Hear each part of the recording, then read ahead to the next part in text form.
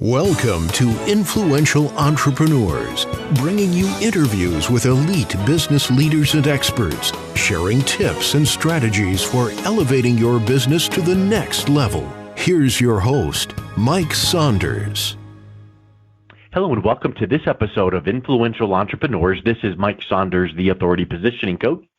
Today we have with us Chris Blair, who's the founder of Maestro Associates, a Denver flat-fee financial planning firm. And today we're going to be talking about owning income real estate. Chris, welcome to the program. Thank you, Mike. Glad to be here. Yeah, it's good to have you back. And I know today we want to really dive into this really a well-defined topic of owning income real estate, because I know that typically you think about a flat-fee financial planning firm talking about your portfolio and stocks, bonds, mutual funds, insurance, and all that wealth building.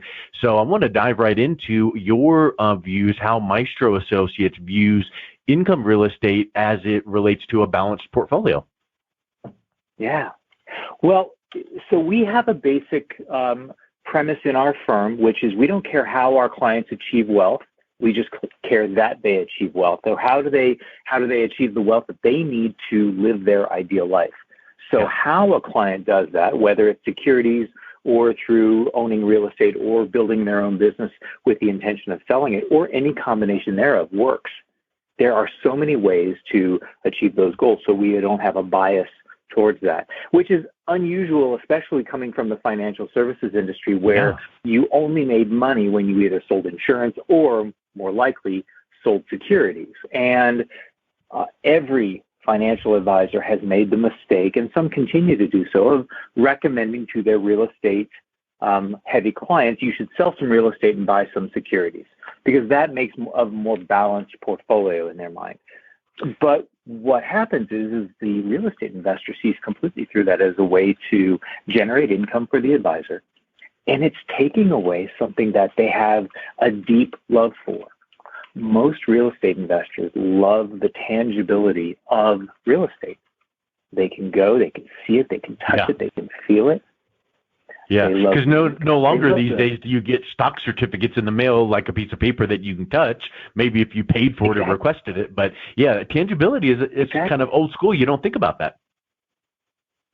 It's something that I have found, something that has come up in so many conversations with clients.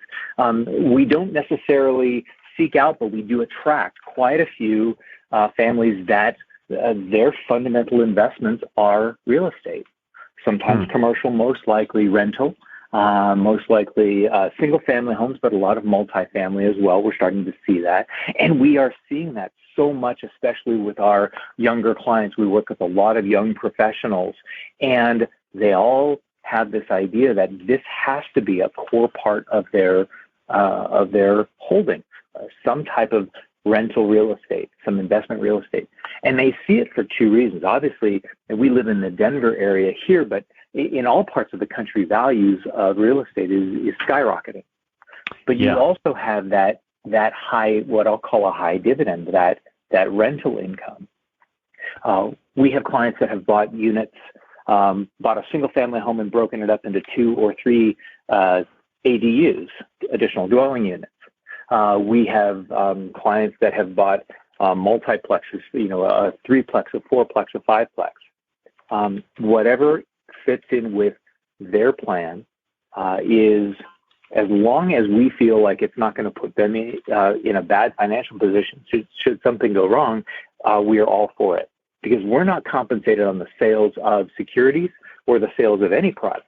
Ours is a consultative relationship, which is, as you stated at the beginning, it's flat fee. Yeah, that's, and you have to think about, I guess a lot of people just hear that and they're like, oh, okay, fiduciary, yeah, I've heard that before, or flat fee, yeah, I've heard that before, and they don't really know the importance of that. And I think that you're just describing exactly what that is. They're coming to you for investment, retirement advice, for wealth building, for the future.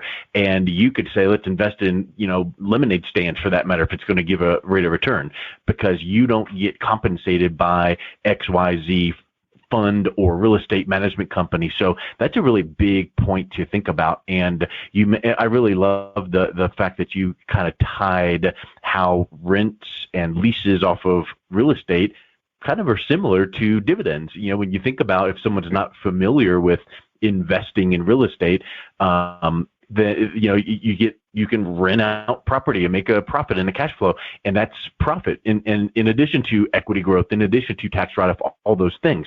But you normally hear about dividends from investments, but there's that similarity, right? It's something more than the growth. It's an extra thing, dividend. Well, it's something more than the equity growth and the tax write-off. It's rents and leases. Yes. One other thing, though, we do explore with so many of our clients who are not yet in investment real estate and want to get into it is this something that they would be comfortable with? Yes. I am the first one to admit I need to call a professional in to change a light bulb. I am so not hands-on in my own house. If I can't fix it with a hammer, it's not going to get fixed, at least by me. Yeah. So for me, the idea, even the sheer thought of having a rental property kind of sends shivers down my spine, because I don't want to deal with the 3 T's. We call that the 3 T's, the tenants, the toilets, and the trash that every real estate investor has to deal with. Do you want that 3 a.m. call to fix a faulty toilet? Do you want that call on the weekend to fix the broken front door? Do you want the tenant that destroys the place? We had a client who recently went through an experience with a bad tenant in Colorado Springs. And it wasn't that the tenant destroyed the place, but the activities that the tenant was utilizing the property for came under the watch of the Colorado Springs Police Department, who did not take the owner's consideration into account when they destroyed the place. And so he was left with a destroyed property and no recourse to get refunded for the damage done, and he is now dealing with that. We've had clients who, during the pandemic, it was their first time in their life they had ever dealt with not getting paid rent. These are risks that people sometimes forget about. They look at real estate and think, oh, this is great, I'll get 12 months of rent. You may not. You may find a tenant that comes in and trashes the place, and that security deposit that you've received does not cover the damage. How many months are you going to be out of rent for that? Well, you bring up a huge point, which is what is your I don't know, not even risk tolerance, but what is your background? And I'm right there with you. You and I could be sipping lemonade, watching people fix up a house, because I don't know which end of a hammer's up myself. So I'm right there with you. But you know what? I hear all kinds of stories and examples and case studies of, oh my word, to build long-term wealth, real estate is where it's at because of all these things. And I'm going, yeah, but it would turn my stomach to even think about, okay, well, I'm going to hire a management company to take care of those 3 a.m. calls. Cool. But that cuts into your profit margin. But even then, here's then the next thing that I think you would agree with. You have to almost have an intuition, gut level knowledge of, okay, yeah, the emergencies are taken care of, but every quarter we need to make sure that we're checking what? I don't know, the hot water heater, the foundation, something, and I'm not going to know that. So I think you need to know yourself when you're thinking about how should I balance my wealth building in stocks, bonds, mutual funds, insurance versus rental real estate, right? I mean, there's a lot of that knowledge there. It's not just can you do it, it's even knowing the intuition of what should be done with owning property. Exactly. Especially now, especially with young professionals who don't own, they rent. I have several young clients where they're renting, but they want to own rental real estate. And again, it's that slight disconnect, and we are trying to help them engage in that process. But we're also having conversations about, hey, there are risks. There are always risks to any choice. And let's talk about whether these are risks that you want to take on. So what's interesting is that we do have a network of professionals that we can share with our clients to help them either get started or enhance their real estate holdings.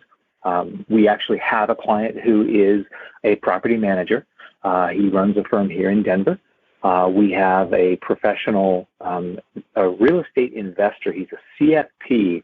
He helps clients find investment real estate, both in Colorado and in other states. And he has been a tremendous resource for us, both helping us make better recommendations to our clients in how to handle real estate properly, but also he's been a great resource to our clients in, have you thought of this? Have you thought of that? You might want to consider maybe this geographic area or that geographic area if this is your intent with the money. So he's been having a team around you.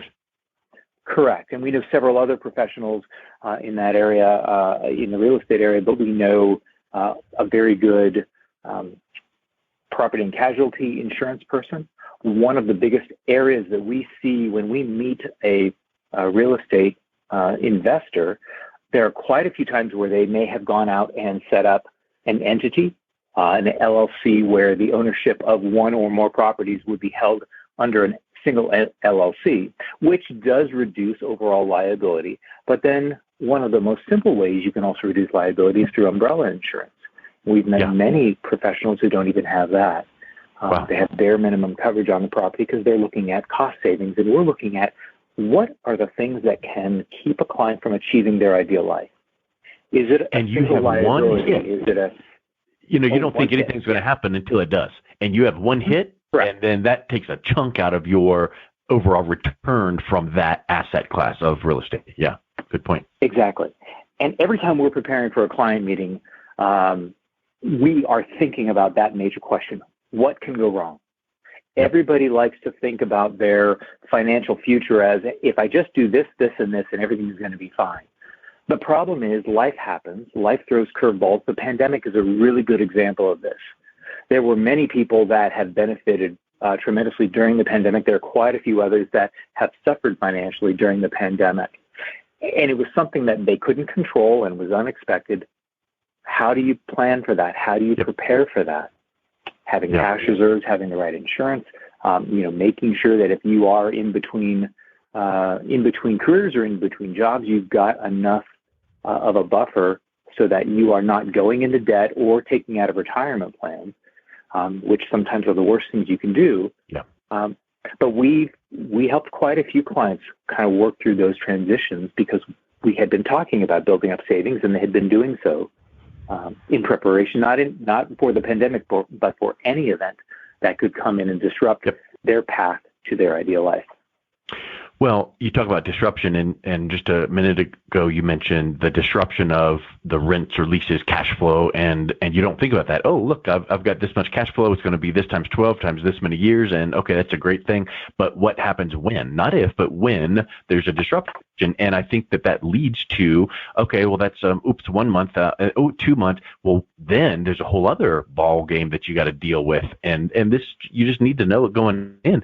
What happens about eviction? And there's laws and there's processes, and who knows how all that happens. But it's not just the loss of money. And it reminds me of, like, if there's a business owner or manager listening to this, you think of the same kind of concept happens with when an employee, acts up, and you got to the first verbal warning, and then a written, and then and you got it leads to termination. Well, yes, there's termination, but then there's disruption in the flow of the culture of the business, in the flow of I got to find another employee and interview. And so it really has some similarities that way. So talk a little bit about just that last aspect of disruption. It sounds good to have on paper this real estate investment could yield X, but you need to plan for that disruption contingency. And one of the things that we are always looking at fundamentally with our clients is a substantial and healthy cash reserve. And that doesn't mean that it's sitting in cash making point diddly squat as interest. It does mean, though, that there is readily accessible cash to help clients get through that. Because when you own rental property, the bills don't stop coming to you as the owner of the property, even if you don't have income coming in. You still have your mortgage payment. You still have your other bills that need to be paid on that property, especially if you are now dealing with an extended eviction process. So to have a cash reserve, to have accounts that you have identified are the next accounts to be taking from in case of that type of an emergency is very critical. And I think that's been one of our success stories during the pandemic, is that we've been talking about that for 10 years now with clients, and they've been building this up, sometimes kind of against their will. I don't want this money to be sitting there and doing nothing. except that there will be a purpose for it in the future. Yep. And many times we find that purpose, or the purpose finds them, a problem finds them. So, and when they do have a need for that cash sitting there dormantly, they're probably coming in going, thank you, thank you, thank you. Yeah. They say, I've got this problem. What do we do? Well, we go to plan A. We already had this plan. Yep. This is the account. We've already identified if it's in securities, which in case it can be. Okay, so we've already identified which holdings to sell to have the least amount or a positive tax benefit for you, so you don't have to worry about selling things. I've been doing this for half my life, for 27 years, and one thing that I have seen is that when people do get into some financial straits, they will act upon the simplest or quickest way to get themselves out of it. They'll take on debt unnecessarily. They'll liquidate IRAs.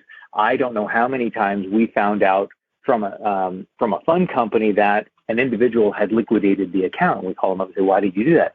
Well, I needed money quickly, and this was the first statement that came in, and it's an IRA, and I'll pay a penalty.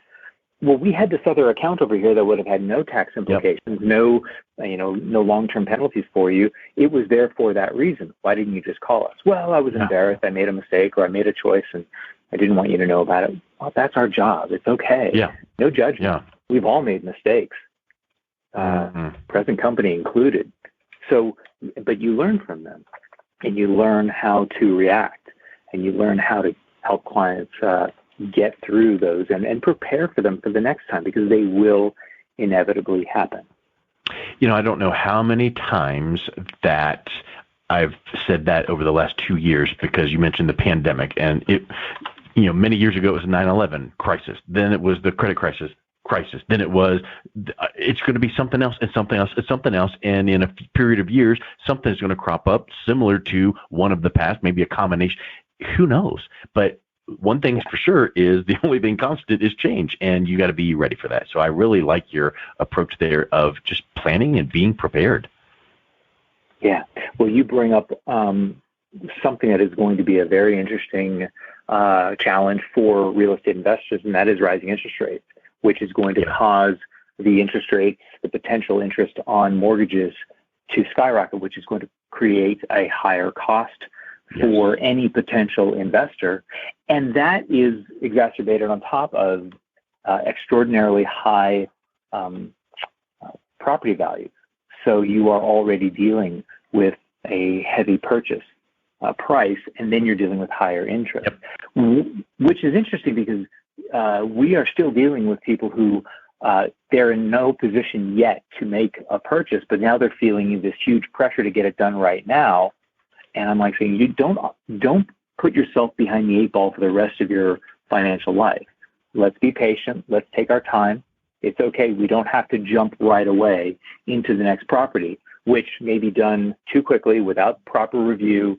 It could be more problematic because you just want to get the sale done. But let's go back to why we're doing this. Yes. And if there's not going to be the growth of the value of the property, and there's going to not be the consistent tenant with that income, then it becomes a problem property. And every real estate investor has a history with a problem property. We had a client who had one in Longmont, Colorado, and it was just, they never could find a stable tenant. It was a pretty expensive property with a pretty high mortgage. So what she did was she ended up selling it, and with the remainder, what she had left over, she bought properties in a different state, and now has dramatically increased her monthly income. But she took her time and bought the right properties for what she was seeking, and she's eliminated a headache and increased her income. And that's kind of like the ideal situation for all of us. Yeah. But it came from a problem. I'm sure that there's some Latin derivative of the word problem or Chinese derivative where it's got this like life lesson. But the bottom line is, we've all heard this before, where it's like, in the face of every problem is a reflection of a potential opportunity. And you don't just look at it like, ooh, there's that problem. You look at it like, yep, got to work the problem, but what can we learn from it or do from it or leverage from it or rebound from it? And you just gave a great example there. Yeah. Well, this is where having a financial professional who's not selling, but instead is consulting on the comprehensive plan, on the the holistic view of everything that's happening within a family's financial world. Yeah. That can be tremendously beneficial because they're looking at every different piece. That's one of the reasons we've gone this direction, is that when we were doing nothing but security sales for 17 years, we were focused only on the success of those securities. The problem is we would see mistake after mistake, after bad decision, after error done by the client, which meant that it didn't matter what type of rate of return was being generated in a portfolio, they were still never going to achieve their goals because of all of these other problems. Yes. And that's why we made this shift. If we can help clients make better decisions by having better information in front of them, by not having a bias, by allowing the clients to do what is most comfortable for them, but making it as efficient, as effective, and as profitable as possible, they dramatically increase their probability of success in achieving their ideal life. So that's really our value proposition as a firm, taking a very different view than just I love it. Yeah. Yep. And when you tie that in with the fee-only aspect of it, people can feel comfortable that you don't have an agenda behind making this certain recommendation, and is it really the best one because the corporate office is pushing it down. You're going, look, here's a plan, and let's tweak and polish up the way that, make it your own, make it customizable, but it doesn't, you don't have a dog in that fight. And I think that's a really big aha when people realize that. Well, Chris, I think that's a really powerful value proposition, and I've really enjoyed talking some of these strategies and ideas on owning income real estate. So if anyone is interested in reaching out and connecting with you and talking about that further, what's the best way they can reach out and talk? Well, there's two ways. Our phone number is 303-316-7900. We have a toll-free number, but nobody uses toll-free numbers anymore because we all have cell phones. Yeah. And we also have a website which does have more information about our firm and our processes and our system and the value that a client can get from this. We have a contact page there. The website is www.maestro, that's maestro-associates.com. Excellent. Well, Chris, thank you so much for coming on today. It was a pleasure having you back. Yeah. Thank you, Mike. I appreciate it. Take care. You've been listening to Influential Entrepreneurs with Mike Saunders. To learn more about the resources mentioned on today's show or listen to past episodes, visit www.influentialentrepreneursradio.com.